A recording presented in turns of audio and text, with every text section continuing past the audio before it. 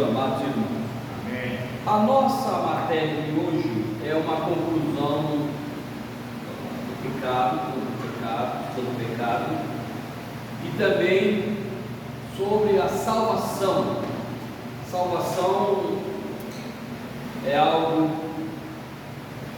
que Deus preparou para a humanidade, de forma que a marteologia, ou seja, a doutrina do pecado, nós acabamos. Eu vou só fazer uma conclusão, como nós não estivemos aqui no sábado, sobre o pecado.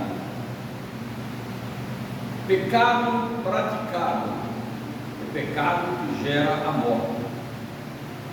Existe o pecado que eu pratico, existe o pecado que eu me omito eu pego e omitindo, e existe um pecado que eu posso pecar mentalmente, eu posso me corromper espiritualmente, mentalmente, sentimentalmente. Então o pecado ele pode ser cometido,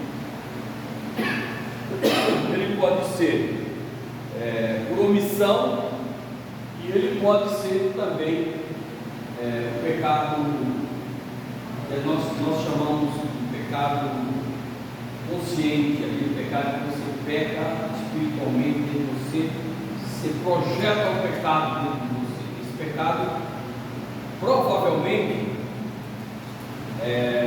só tem uma forma da gente se livrar dele, pedindo a Deus a misericórdia.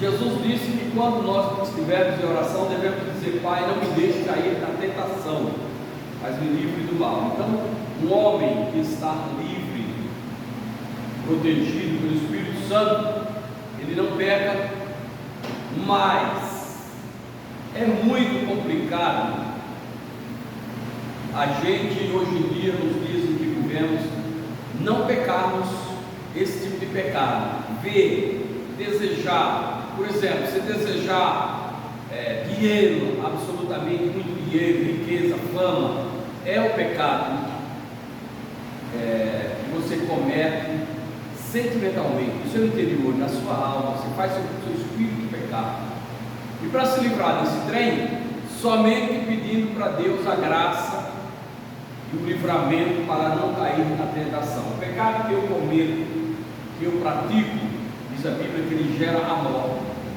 E aquele pecado que eu não cometo, aquilo que eu não faço, que eu deveria fazer, que eu sei que eu preciso fazer e eu não faço, então eu peco. Ou seja, João escreve dizendo assim: Paulo, o bem que eu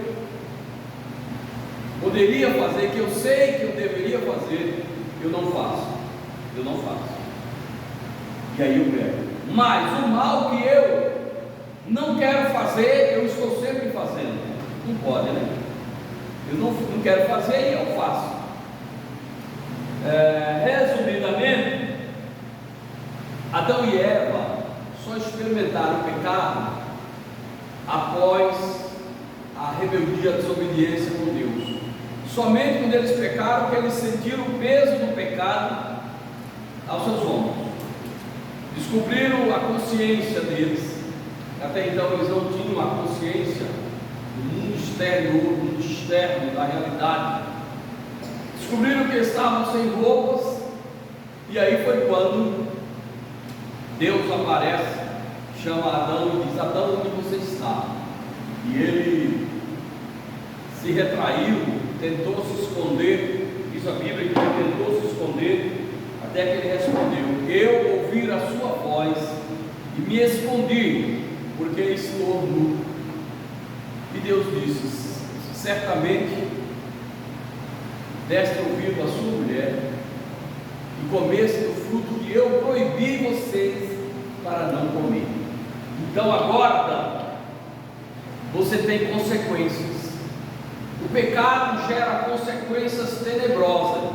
O pecado ele gera consequências. Olha, a morte, o pecado gera a morte física, a morte carnal, morte espiritual. Existem centenas e milhões de pessoas por aí andando, carnalmente está vivo, mas espiritualmente estão mortos. Mortos por quê? Porque eles não estão de acordo com os princípios bíblicos, com a vontade de Deus. Então eles andam, mas estão como zumbis, andando, porém mortos, distante de Deus. E ainda existe um pecado, ou seja, o resultado de um pecado chamado morte eterna. Quando se dará a morte eterna? Quando o homem se separa de Deus e morre sem Deus, então ele morreu eternamente. Porque além de morrer fisicamente, ele vai para a eternidade distante de Deus. Então é a morte eterna, que não tem mais ressurreição. Aí alguém vai dizer, mas ele não vai ressuscitar no último dia? É lógico, aqueles que ressuscitarem no último dia, ressuscitarão para a morte eterna, viver eternamente distante de Deus. Então nunca queira ressuscitar no último dia. Nós temos que ressuscitar na primeira ressurreição. Esses ressuscitarão para encontrar Cristo e se recebermos os galardões. Então, resumidamente, a morte ela pode ser traduzida em 3 fases: física, espiritual e eternamente. Adão e Eva experimentaram no mínimo 2 mortes. Experimentaram da morte física e da morte espiritual. Quando o homem está morto espiritualmente, consequência do pecado, ele não conhece, não entende e não aceita a vontade de Deus. Então, trazendo partido desse princípio do pecado, da patologia, eu quero agora entrar sobre a soteriologia, a doutrina da salvação. Desde já eu quero dizer aos irmãos, nós vamos fazer alguns resumos, porque é uma matéria longa para uma única aula. Soteriologia. Vamos lá, Rafaelzinho. Na página. Oi?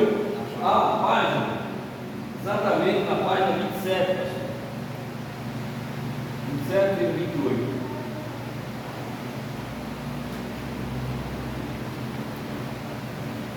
A salvação, ela abrange o passado, o presente e o futuro.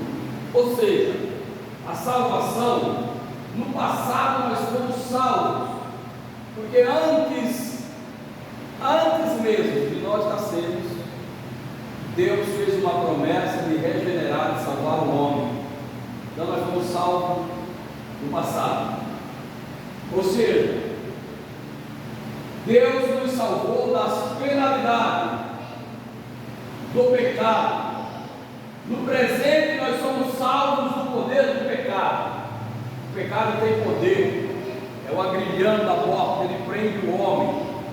O pecado ele pode prender o homem na sua concupiscência, nos seus desejos. E no futuro nós somos salvos também no futuro, ou seja, seremos salvos da presença do pecado. Isso é, todos os que aceitaram a Jesus, o plano presente de Deus para a salvação de todos os que creem, são eles os pontos principais da doutrina da salvação. E só entenderemos bem quando entendermos quem necessita de salvação e por quê. Olha aí o irmão Santinho. Bem-vindo, irmão Santinho. Então,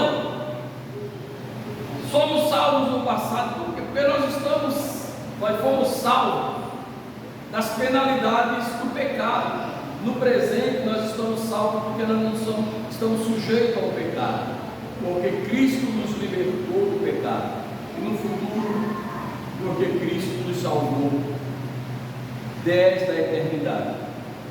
Agora, passa próximo, Lídia Raquel,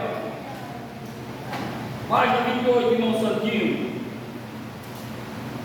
Necessidade necessidade de salvação. O homem está morto em seus deleitos e pecados.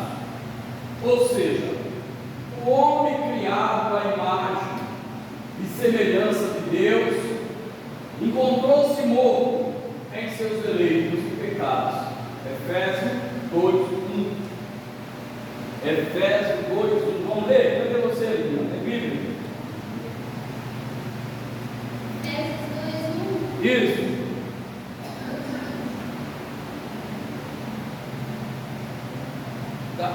Está aí na guarda atrapalhando isso aí? Não, também vai.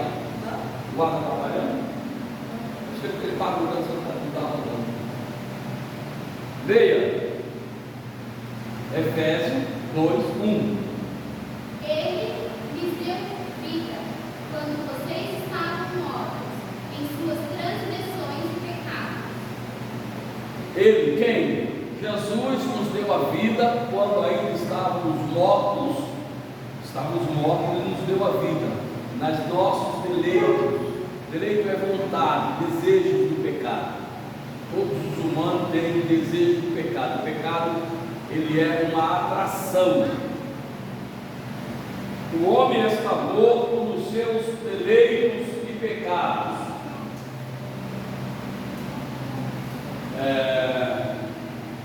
O homem ficou sujeito à morte física. A desobediência do homem no jardim do Éden e as consequências são universais. Morte física e espiritual, ou seja, a separação de Deus. Vamos começar. O homem ficou sujeito. O homem estava morto. O homem agora está sujeito à morte. De uma vez por toda, o homem está sujeito à morte. Mas não quer dizer que o homem não tenha cura. Não tenha cura. O homem tem cura. Tem. Se a gente acreditar, se a gente crer, Deus nos regenera. Deus nos restaura. Vamos para frente. O homem está sujeito à morte eterna. A morte física, a morte eterna.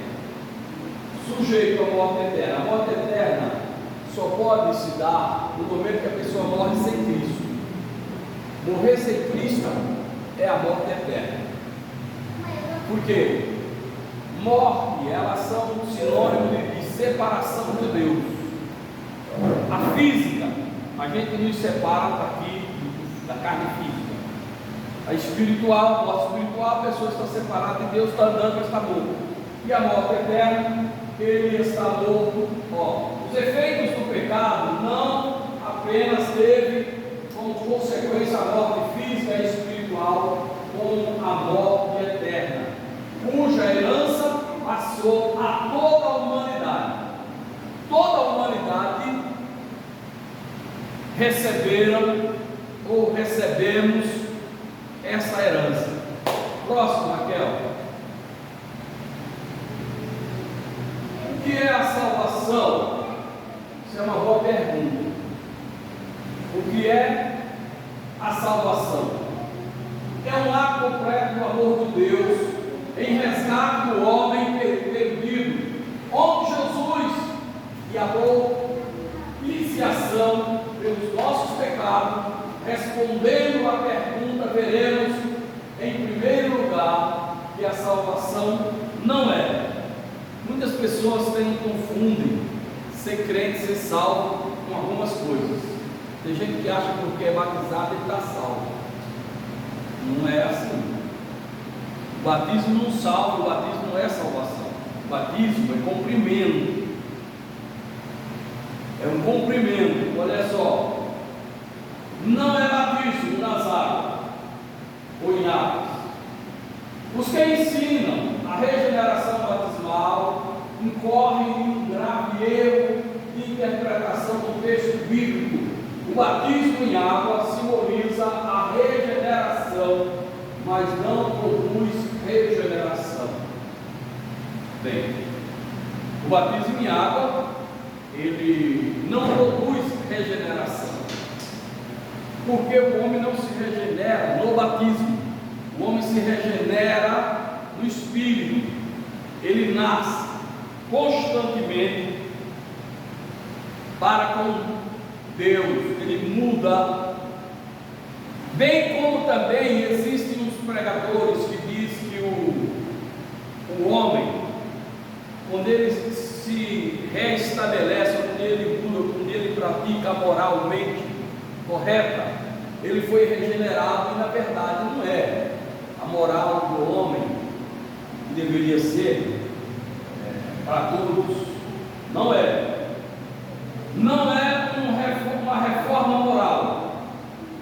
Nisso nós sabemos que os fariseus, eles tinham essa doutrina da moralidade, e ainda tem igrejas, ainda hoje, que valorizam mais a moralidade, aquilo que eles ensinam, os bons costumes, do que a palavra de Deus. Tem muita gente que faz isso. Nós precisamos tomar cuidado para não confundir a transformação, a regeneração do Espírito com batismo e com moralidade. Por exemplo, se a pessoa estiver totalmente coberta, cabeça, pé, tudo, acha que é moral, que é correto, que é o santo, e não é, não é. Salvação é diferente da moralidade, é diferente dos bons costumes. Isso é uma prova de um crente, mas não prova a salvação para ninguém. Vamos tomar cuidado, pois os fariseus em sua doutrina substituíram a fé e o arrependimento por uma reforma externa, produzida por meios puramente humanos. Nicodemos era um defensor desse ensino.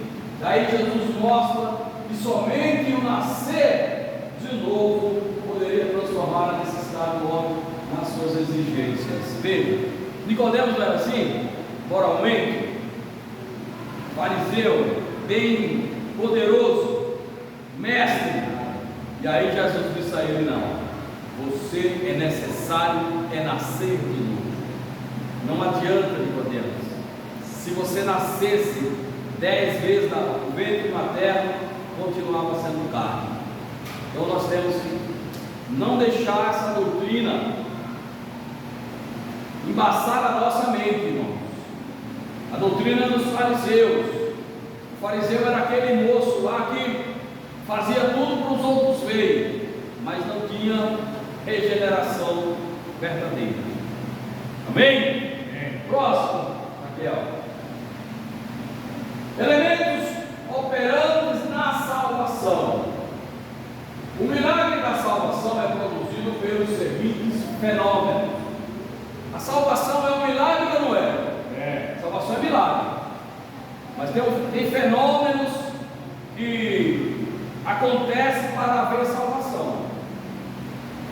Não é um mero toque de mágica. Vamos lá. A fé salvadora. 16:31 ali não é 63. 16:31 de Romanos diz assim: crê no Senhor e será salvo tu e a tua casa. Então começa, o primeiro fenômeno é crer no Senhor. Segundo fenômeno, conversão. Crer é converter. Converter é mudar o sentido. Você está indo para a direita, você muda, vai para a esquerda. Está indo para a esquerda, muda, vai para a direita.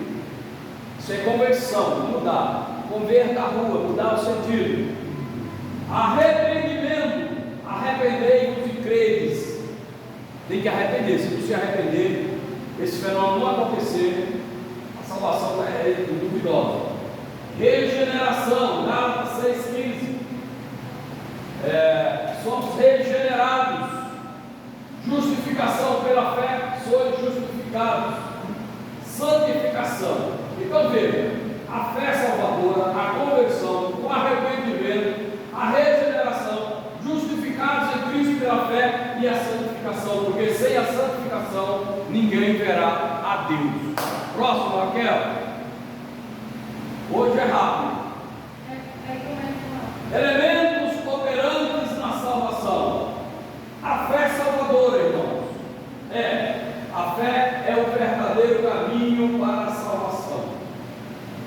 Só tem um caminho para ir para o céu, é a fé.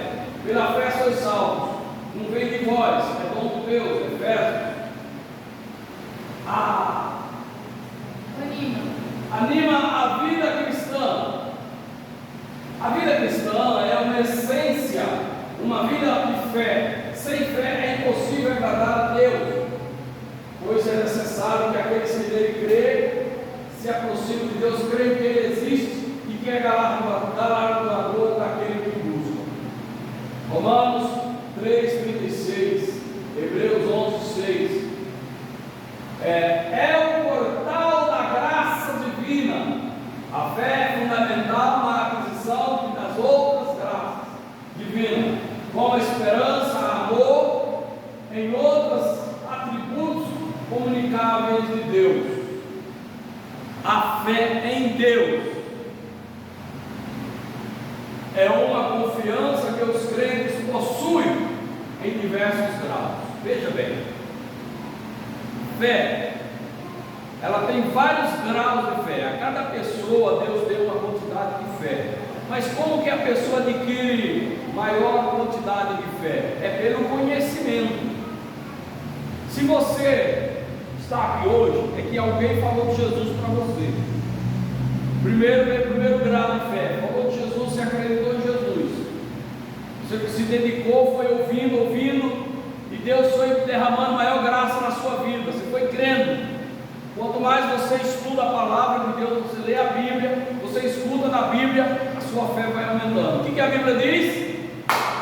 A fé vem pelo ouvir, e ouvir a palavra de Deus. Então quem não escuta a palavra de Deus não pode dizer que tem fé. Ele pode ser um movimentalista, ele pode ser qualquer coisa, mas para ter fé tem que ouvir a palavra de Deus. Vamos para frente dela. Arrependimento. O arrependimento pode ser considerado o passo inicial para a salvação. Essa experiência produzida pela fé é mais conhecida como conversão. A sua importância no desenvolvimento da salvação, como veremos a seguir. João pregou a necessidade de arrependimento, sim ou não? Sim. O que João dizia? Arrependei-vos e credes. Jesus pregou a necessidade de arrependimento. Jesus dizia: arrependei-vos. Está lá, o apóstolo, os apóstolos pregaram a necessidade do arrependimento. Todos pregaram arrependimento. Pedro pregou a necessidade de arrependimento. Atos 2,38, quando Pedro pregou e ganhou em um dia só 3.000 almas.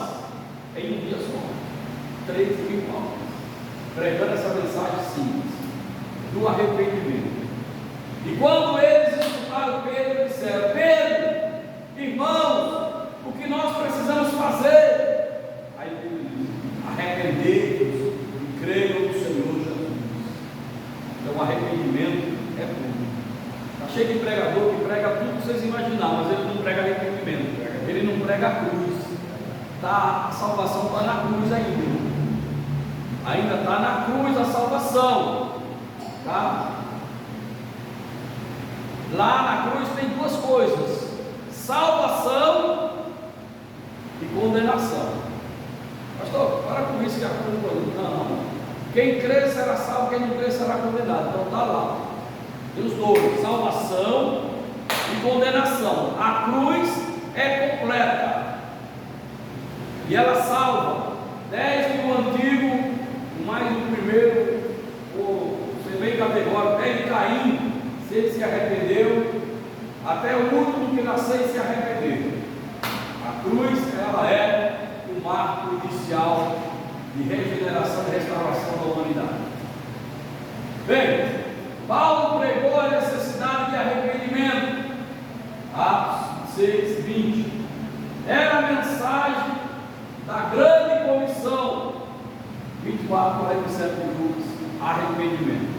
Tem que ser, em certo lugar, tem que ser a nossa mensagem. A mensagem de arrependimento tem que ser a nossa mensagem. Todo dia. Se você pregar tudo, cura, milagre, libertação, riqueza, felicidade, mordomia, tudo que você pregar é válido. Mas nunca se esqueça de pregar arrependimento. As pessoas têm que se arrepender. Arrepender de quê, pastor? Seus pecados. Arrepender-vos e crer no Evangelho. Crer no Senhor Jesus Cristo e será salvo, tu e a tua casa. Quem não prega arrependimento não é mensageiro do Evangelho. Pode ser pregador, contador de história. Está cheio de gente aí. Conta história bonita demais. Faz até a gente chorar nessa história dele. Mas não é o Evangelho. Amém? Vamos à frente, minha filha. Passou? Os frutos do arrependimento. Arrepender significa uma mudança de pensamento e de propósito. Consegue gravar isso, irmão? Arrepender é uma mudança de pensamento. Os pensamentos do homem velho eram pornografia, imoralidade, sensualidade, tudo que não presta. O homem velho estava com a mente contaminada. Arrependimento, mudança de pensamento. Agora o alvo dele é as coisas de Deus. Eu desejo de fazer a vontade de Deus.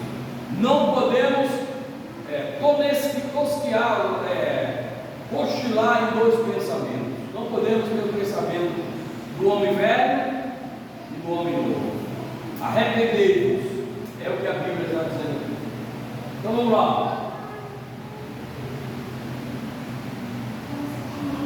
É um sentimento da alma que faz odiar o pecado como Deus odeia e voltar-se para Deus com inteira coração e alma. Salmo 97, 10. Deus odeia o pecado. Se você é salvo, você precisa odiar o pecado. Se você não odiar o pecado, tem coisa errada. Se você der os braços, as mãos dadas ao pecado, tem coisa errada. Amém? Bem, arrependimento produz, o arrependimento produz alegria do céu em nossas almas, na nossa alma, conduz ao batismo, traz perdão de Deus. Vou dizer uma coisa para vocês: alegria da nossa alma de ir para o céu. Se você não sente a alegria do céu, a Bíblia diz isso, tem coisa errada aí com a sua conversão. Nós precisamos sentir o gozo de Deus de ir para o céu. A nossa alma tem que sentir alegria, bem como nós precisamos ter o desejo do batismo, de ser batizado. Por exemplo, uma pessoa que ela não se batizou e ela não conduz desejo de se batizar, é porque ela não está arrependida. Eu conheci um irmão, vou lá ver as minhas histórias assim, prática de vida. Eu conheci um irmão que ele já fazia 1 ano e meio na igreja e ele não tinha fé para se batizar. Eu falei, mas rapaz, tem alguma coisa errada com o senhor. Ele era crente de casa para a igreja ali, tudo. E aí eu me converti. 3 vezes eu pedi o batismo, pedi batismo, fui dar o nome da secretaria da igreja para me batizar. Aí disse assim, mas rapaz, como é que você vai se batizar? Eu falei, rapaz, aí eu vou falar uma coisa do senhor. Se eu voltar, deixar de ser crente, voltar atrás, eu quero que Deus mande um raio, por isso, lá na Bahia já falando por isso, cai na minha cabeça que eu morra. Eu nunca mais na minha vida eu quero largar de ser crente. Ele disse, mas não fala com Deus, não, fala, eu estou falando. Eu chamo os anjos de testemunho. Se eu for deixar de ser crente, antes de eu deixar, que desça um raio, por isso, em cima da minha cabeça, e que Deus me leve. Mas eu não deixo de Jesus. Eu decidi ser crente. E ele ficou apavorado, porque 1 ano e meio na igreja, e no outro dia ele não quis batizar. Eu falei, mas tu não se converteu não, porque quando a gente se converte, a primeira coisa é a alegria de se batizar, regozijar dentro da gente o desejo. Traz perdão de Deus. O fruto do arrependimento, ele traz o perdão a gente sente que fomos perdoados. Se a gente não sente a alegria do perdão, tem coisa errada. Mas pastor, não, nós podemos até pecar, não é para pecar, já não escreveu, mas se pecar, não desista de ser crente. Nós temos um advogado junto ao Pai, que ele intercede por nós. Para frente. Regeneração, a grande transformação operada na vida dos crentes é indispensável do arrependimento dos seus pecados e da fé em nosso Senhor Jesus Cristo. Regeneração é nascer de novo pelo arrependimento do pecado, através da fé. Esse novo nascimento é parte da entrada para o reino de Deus, é também a linha de separação entre a vida e a morte, entre a vida e a morte eterna. Evangelho de João 1,12. Vamos ler? Então vai estar escrito assim: não. Veio para os seus não aceitaram, porém todos quanto aceitaram, deu-lhes o poder de serem feitos filhos de Deus, a saber, os que creem no seu nome. É isso que vai estar escrito lá. 2 Pedro 1,4. Vamos ler isso aí. 2 Pedro 1,4. Glórias a Deus. Aleluia. Pode ler.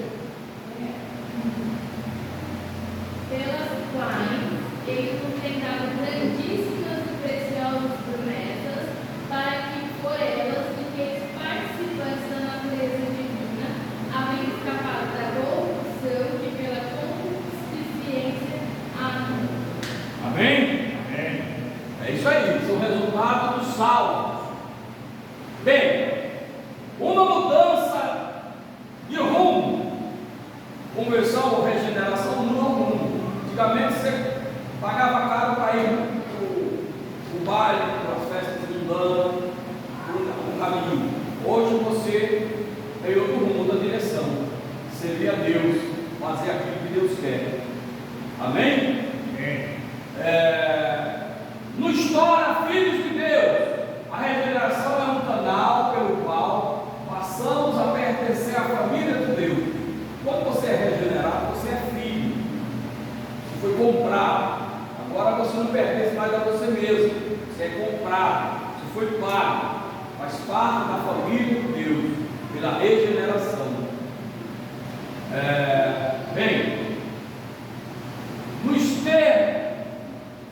Nos torna a habitação do Espírito Santo. Veja que quando nascemos de novo, o Espírito Santo de Deus vem habitar em nossos corações, ensinando-nos todas as coisas, que nos entregar todas as bênçãos e privilégios que temos direito como filho. 1 Coríntios 3,16. Nós, quando fomos regenerados, nós gozamos de privilégio, temos direito de ser filho, de participar das bênçãos de Deus, e agora nós temos o privilégio do mundo olhar para nós e dizer: ele é diferente, ela é diferente, ele é um crente, e o diabo olha para nós e foge, porque ele sabe que não é mais nós, mas o Espírito de Deus está sobre nós. Você tem o Espírito Santo, regenerado pelo Espírito Santo. Quando é que a gente recebe o Espírito Santo, irmãos? Quando é que a gente recebe o Espírito Santo? Essa é uma pergunta que vale $1 milhão. Já dei esse curso aqui. Quando aceita a fé, começa a primeira porção do Espírito Santo. Daí para frente, Deus só vai derramando a sua graça, enchendo você. É igual uma vasilha. Ele começa, ele coloca, limpa, regenera, limpa tudo. Limpa você dos pecados, que não presta, palavrão, imundício, maldade, pensamentos ruins, tira tudo, coloca uma porção do Espírito Santo. Se você der lugar e se esforçar, ele só vai lhe enchendo. E a Bíblia chama isso de regeneração, aperfeiçoamento para o dia da redenção. Vamos para frente? Glórias a Deus. Não foi? Justificação. Não, acabou nada, está cheio. Justificação. O que é isso, irmãos? A palavra justificar significa declarar justo ou livre de culpa devido à fé em Jesus Cristo. A justificação é, pois, o ato de Deus que nos declara justos aos seus olhos e livre de toda a culpa, punição e desrespeito à nossa posição judicial diante dele. Romanos 8:1. E aí por diante. O que é a palavra justificação? Justificação é quando Deus nos justifica. Nós fomos justificados. Por que nós fomos justificados? Se você era o culpado, eu era o culpado, a culpa era minha, mas ele levou sobre. Olha como é forte esse negócio. Presta atenção, vê se vocês pegam isso aqui. Se você pegar isso aqui, você pegou o curso inteiro. Se você pegar isso aqui é um enigma. Nós éramos culpados, condenados, porque Adão nos deu essa herança maldita. E aí, o Cristo recolheu de nós a nossa culpa, os nossos pecados, estava sobre Jesus, todos os nossos pecados. O indulto, ela sabe o que é indulto, ela não entende direito de coisa, mais ou menos assim: você errou, mas aí o presidente deu o indulto, né? E justificou. É a única forma. Nem precisou passar pelo julgamento, pelo juiz, por nada. Ele deu o indulto. Só que esse indulto, ele levou para ele os nossos pecados. E é por isso que quando Jesus estava na cruz do Calvário, olha como é forte. A Bíblia diz que ele estava na cruz do Calvário e o Pai virou o rosto e mandou sobre Jesus, posso dizer assim, sobre os nossos pecados do mundo inteiro, do passado, do presente e do futuro. Os pecados da humanidade inteira estavam em cima das costas de Jesus. Deus precisava aniquilar o pecado no pecado. Ele precisava aniquilar. Então ele pegou um foguete, ele pegou lá uma bomba e mirou em Jesus lá na cruz do Calvário e destruiu todos os nossos pecados em Cristo na cruz do Calvário, de uma só vez. E é por isso que agora nós que éramos os culpados, condenados, somos justificados. Fomos justificados por Jesus, porque Deus o Pai não quis fazer isso. Foi Deus que achou bem, achou bom fazer isso. Pensa, o pecado de Caim, o pecado de toda a humanidade que nasceram e que vão nascer, toda a humanidade, os pecados estavam todos sobre Jesus. Deus tinha que fazer alguma coisa. Quem matou Jesus não foi os homens. Parece estranho, não parece? Não sou estranho essa linguagem? Mataram Jesus? Não foi os homens. Quando eu era novo convertido, eu tinha uma raiva dos judeus. Eu pensava assim: olha, judeus é tudo do diabo. Se eu encontrar Jesus, eu vou começar a matar judeus. Eles mataram Jesus. Esse povo não presta. Mas na verdade, depois que eu entendi a salvação, eu descobri que não foi eles que mataram Jesus, foi o próprio Deus que mirou uma bomba, essa arma poderosa, como chama? Um foguete, sei lá, em cima da cruz, aí Jesus estava e explodiu um míssil. Um míssil lá. Jesus foi lá, Deus foi lá e apontou em cima dos pecados, estava tudo num lugar só. Todo o pecado da humanidade, do passado, do presente e do futuro, estavam todos ali. Sabe o que ele fez? Deus pegou um míssil lá, apontou e destruiu tudo. Só Jesus aguentava aquele míssil. Só Jesus conseguiu aguentar aquela punição. Então Deus puniu o pecado na carne de Jesus, sobre ele estava com os nossos pecados. Então vocês agora já podem glorificar a Deus, porque nós não temos mais pecados. O pecado nosso foi apagado na cruz. Você pode crer? Foi o próprio Deus que fez isso, irmão. Então você pode dizer que você está justificado pela fé que você crê. Cristo me justificou. Vamos para frente.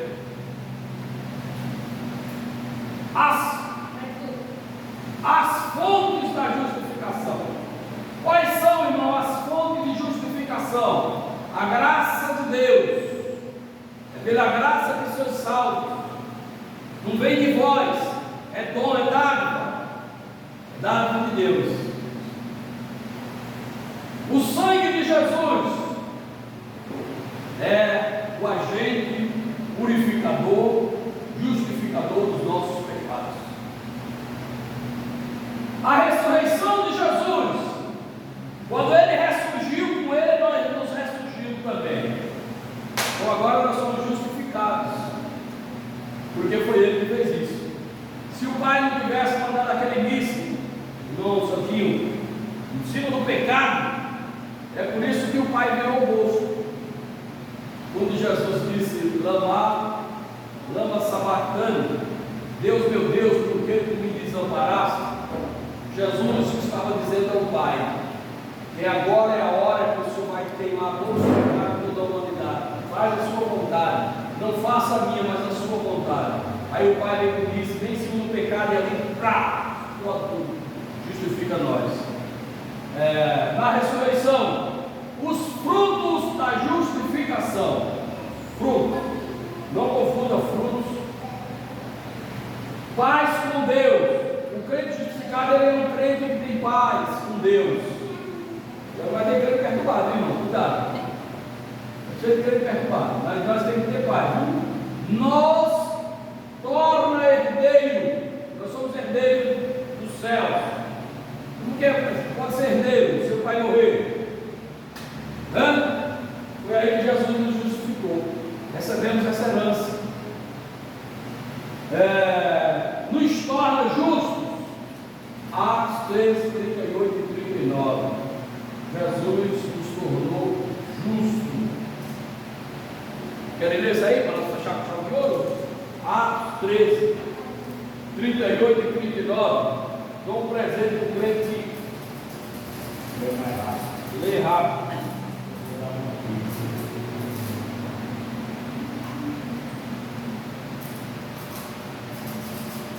Atos 13. Você não leu, Lei? 38. 13, 38. Isso.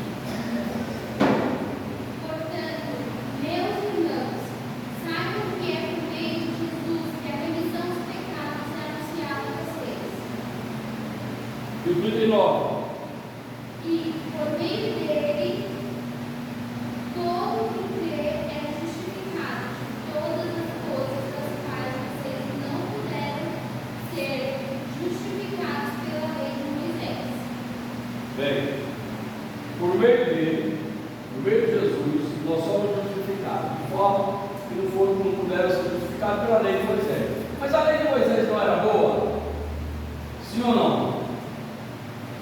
A lei era boa ou não era?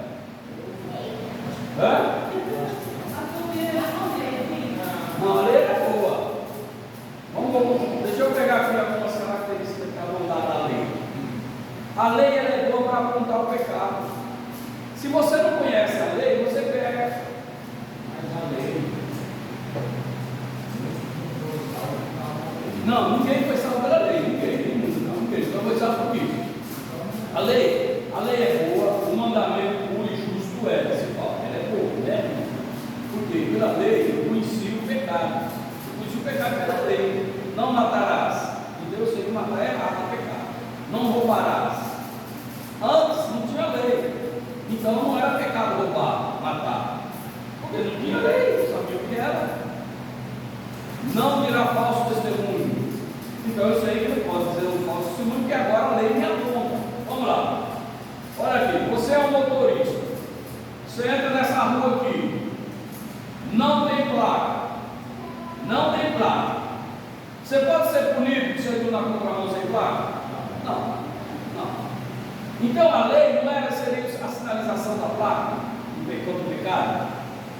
Então a mesma coisa, lá na prefeitura pode estar escrito lá, que entrar aqui na rua Doutor Lúcio Fernandes Filho é errado, subir a rua. Lá pode estar escrito, mas aqui não tem placa. Então eu não estou errando, eu posso entrar. Lá na frente parar o guarda e parar e falar assim, olha, eu estou com a mão, porque eu não tinha placa. Eu aqui, há 10 anos atrás, não entrei na conta de uma assim, e na entrada não tinha placa, o policial me parou e estava falando. Eu falei, sim, doutor, eu sou de São Paulo, aqui não tem placa, não vou saber. E eu deixou eu seguir. Se não tem placa, está aí.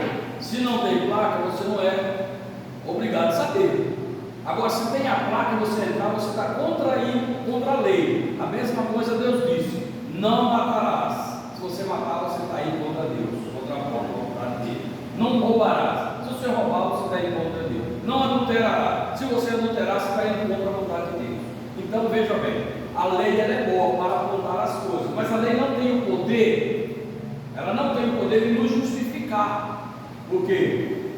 Porque todos na humanidade de todos os tempos que assistiram à lei não conseguiram ser justificados, mas pela fé em Cristo eu sou justificado. Cristo, os meus pecados estavam lá, todos, e Deus foi lá, mandou o míssil, destruiu o pecado no pecado, destruiu o pecado na carne de Cristo. Tá certo? Vamos para frente.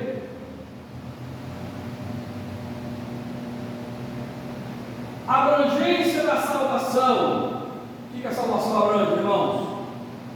Vamos lá? A vontade de Deus é que todos sejam salvos. Vamos dar uma pausa aqui. Irmãos, Deus não tem prazer que ninguém morra no pecado. Ele não tem. Deus não tem prazer que alguém morra em pecado. É da vontade dele, da alegria de Deus, que todo mundo se converta.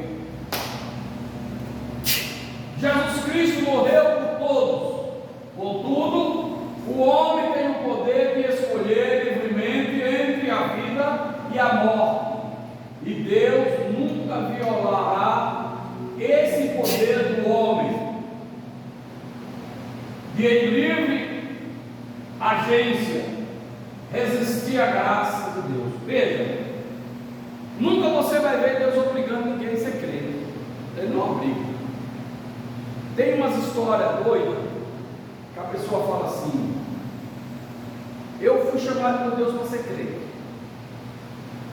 Deus lhe fez um convite, mas ele não obrigou. Porque você pode voltar, pode desistir. Jesus não chamou a Judas? Ele escolheu o quê? Retroceder, desistir. Deus não chamou a Saul? O rei Saul chamou, mas ele escolheu retroceder. Então veja, começa lá pelos anjos. O anjo primórdio, principal dos céus, Lúcifer, ele tinha a escolha. Os anjos têm escolha. A escolha é uma dádiva de Deus para provar a sua benevolência. Porque se caso contrário, se Deus obrigasse o homem à salvação, a ser crente, Deus era um ditador, Deus era um agressivo, né? Deus não seria Deus. E nós não seríamos livres. O homem é livre. Então você pode ir para a direita ou para a esquerda, para frente ou para trás. A vida é sua. Senão nós seremos igual a um computador, que a gente programa ele e ele faz o que nós queremos. Ele fala o que nós queremos, né? Tudo isso a gente tem que pôr na mente que Deus não obriga a pessoa a ir para o céu ou para o inferno. Não é a responsabilidade de Deus. A salvação, ela é uma livre escolha. Ela é escolha. Eu escolho ou não. Olha lá, abrangência da salvação. O homem é livre a resistir à graça de Deus. Ele pode resistir, como ele pode aceitar. A graça está lá. Ele pode aceitar ou pode resistir. Bem, Cristo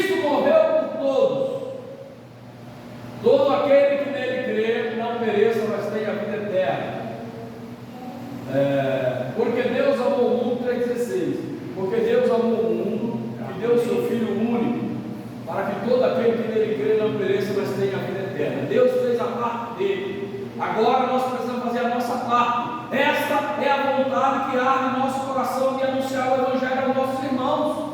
Você tem que sentir esse desejo de anunciar o Evangelho. Tem 3 pregadores do Evangelho. Olha para cá. Tem os pregadores do Evangelho do joelho. Aquele que se ajoelha e ora para a salvação das almas. Tem um pregador do Evangelho que arregaça as mangas e vai para o campo pregar o Evangelho. Esse é o pregador do Evangelho. É o João Batista da vida. E tem um pregador do Evangelho que abre o bolso, a carteira e contribui ajudando na missão, na obra de Deus, para que outros continuem evangelizando o Evangelho. Sabia que existe esses 3? Só são 3 missionários. Gravem aí: missionário de joelho, missionário de oferta, que doa, que se doa, que tem compromisso com Deus, que diz: olha, não, eu vou manter missionários, eu vou para o campo, eu vou fazer a obra de Deus, eu vou comprar Bíblias, eu vou comprar panfleto, eu vou fazer alguma coisa para o Evangelho. Eu não posso ir, eu fui chamado para trabalhar materialmente, eu tenho meu emprego, eu tenho isso. Eu não vou conseguir ir fazer uma turnê de pregação do Evangelho pelo Nordeste, pela África, pela Oceania, pelo mundo inteiro. Não consigo ir. Mas tem gente que Deus mandou, eu vou manter eles lá. Então, grave. E tem aqueles que vão. Missionários são 3. Essas categorias.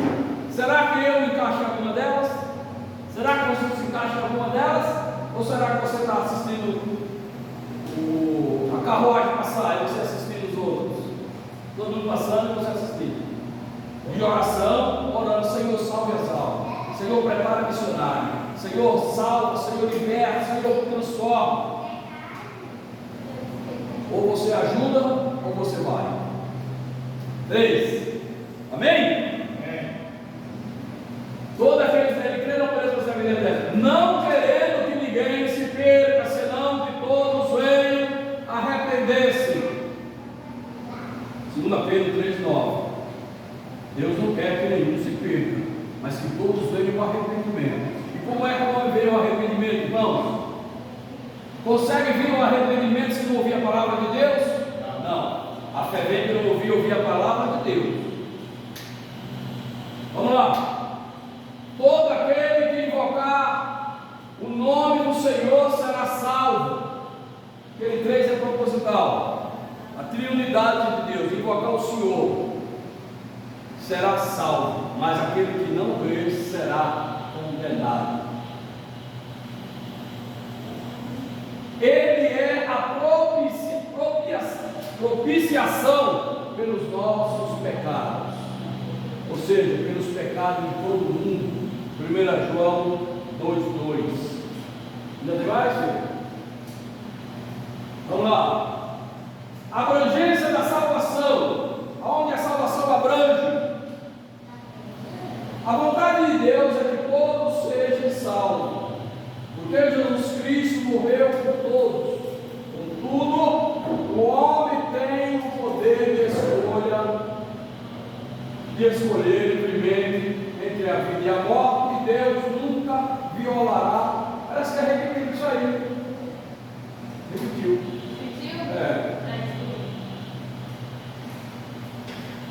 Certeza da salvação. Uma coisa que é bom, irmãos. Olha para cá. Certeza de salvação. Como que é eu ter certeza de salvação? Alguém pode ter certeza da salvação?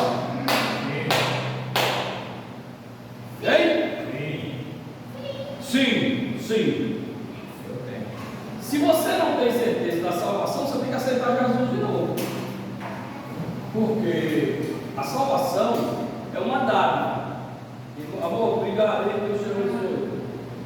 Hoje veio salvação a essa casa. É certeza, é hoje, aqui agora. Jesus falou para ele.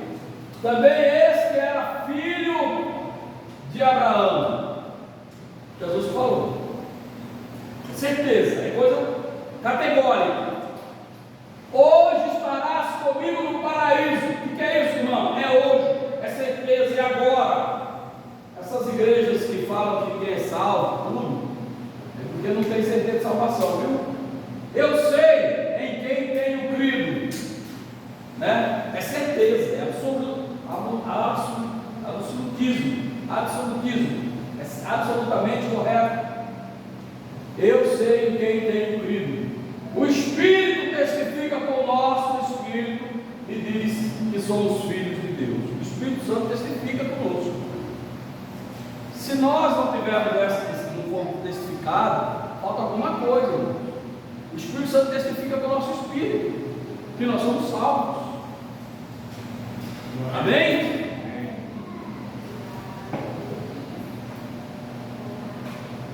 Que somos filhos de Deus. E filho de Deus, com certeza, como diz o filme.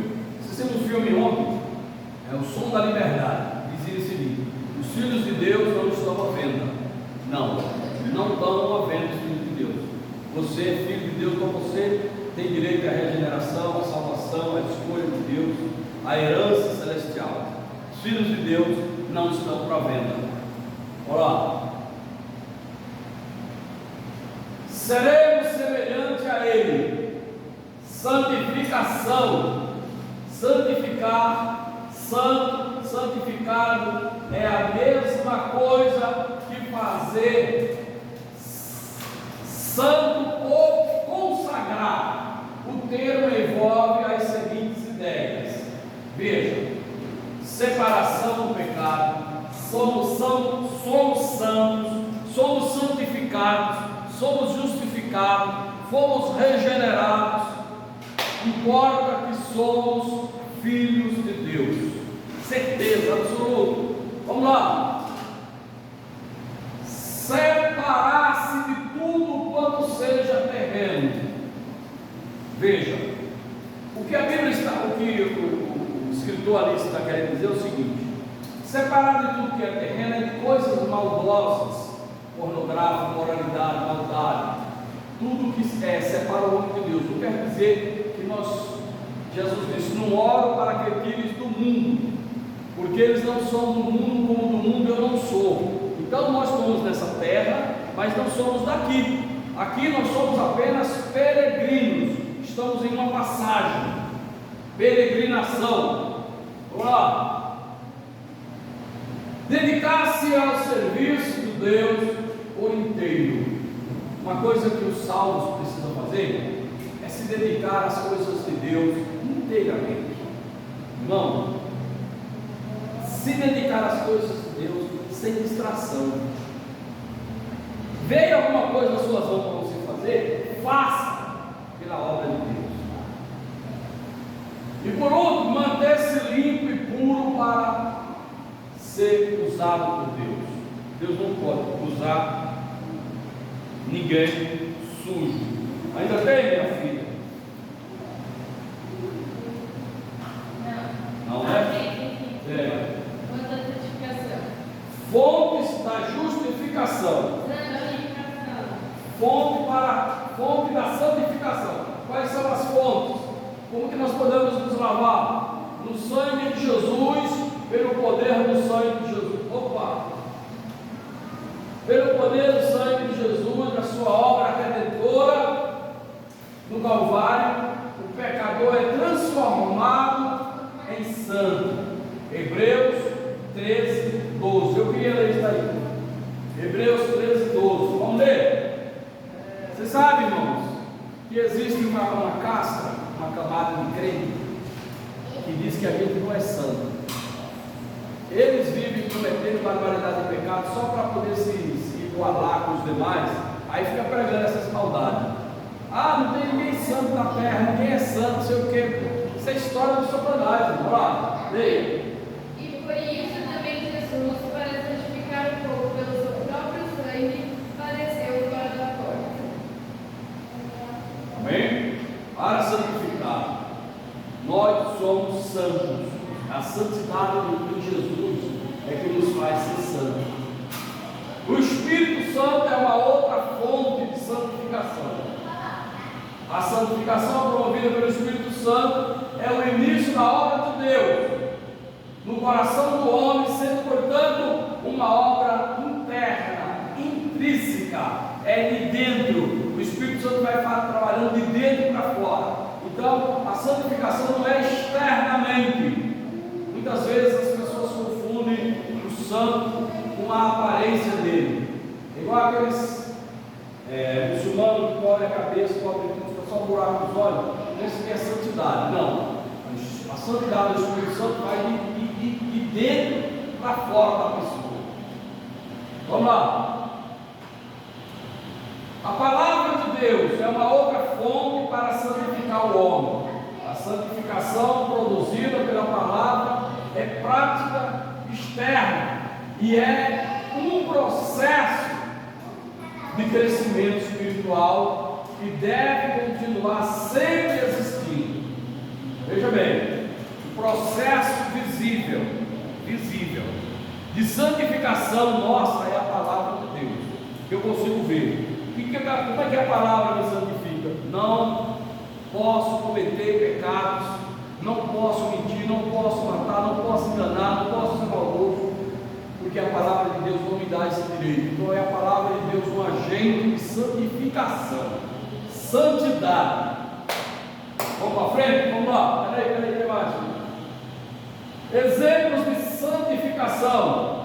Quando Deus escolhe alguém ou alguma coisa para o seu serviço, Ele os faz santos. Você é separado para o serviço de Deus, na casa da obra de Deus, você é santo. O diabo pode dizer que não, mas é. O tabernáculo, vejamos Êxodo 49 ao 11. A nação israelita foi separada, é ungida, é santa, para o serviço de Deus. Os sacerdotes levíticos, 8:11. Os sacerdotes eram separados para o sacrifício, para a obra de Deus e, portanto, eram santos.